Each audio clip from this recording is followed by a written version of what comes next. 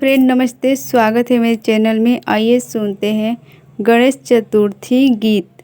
गणेश जी के देख के मगन भइले मानवा, गणेश जी के देख के मगन भइले मानवा। सिरवा पर शोभेला सोने के मुकुटावा, सिरवा पर शोभेला सोने के मुकुटावा। नावा में शोभेला हीरा के कुंडलावा, कानावा में शोभेला हीरा के कुंडलावा।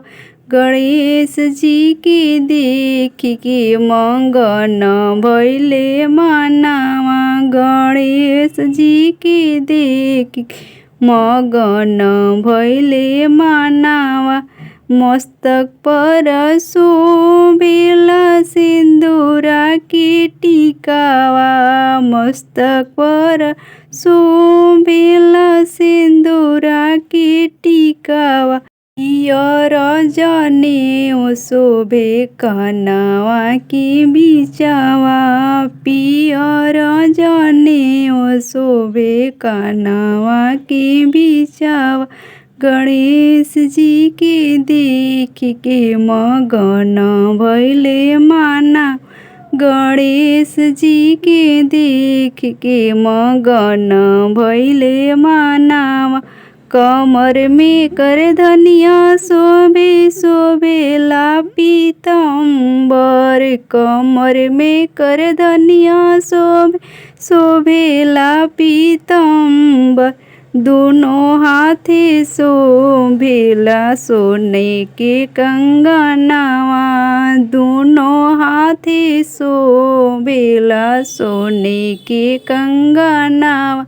गणेश जी के देख के मगन भइले मानवा, गणेश जी के देख के मगन भइले मानवा। भोगवा में मोदक लड्डू मूसई की सवरिया, भोगवा में मोदक लड्डू मूसक के सवरिया।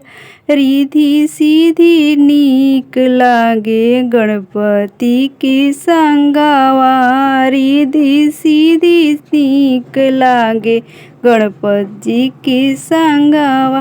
गणेश जी के देख के मगन भइले मानवा। भादो महीना पावन लागे घरे घरे, भादो महीना पावन लागे घरे घरे।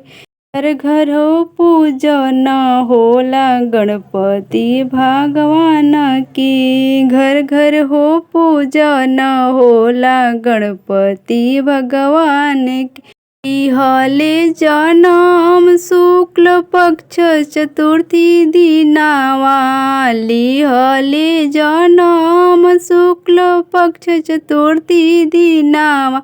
गणेश जी के देख के मगन भइले मानवा, गणेश जी के देख के मगन भइले मानवा। रिधि सीधी दाता हवे चार भुजाधारी, रिधि सीधी के दाता हवे चार भुजाधारी।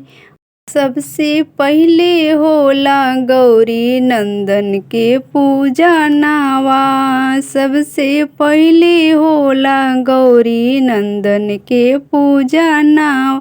गणेश जी के देख के मगन भइले मानवा, गणेश जी के देख के मगन भइले।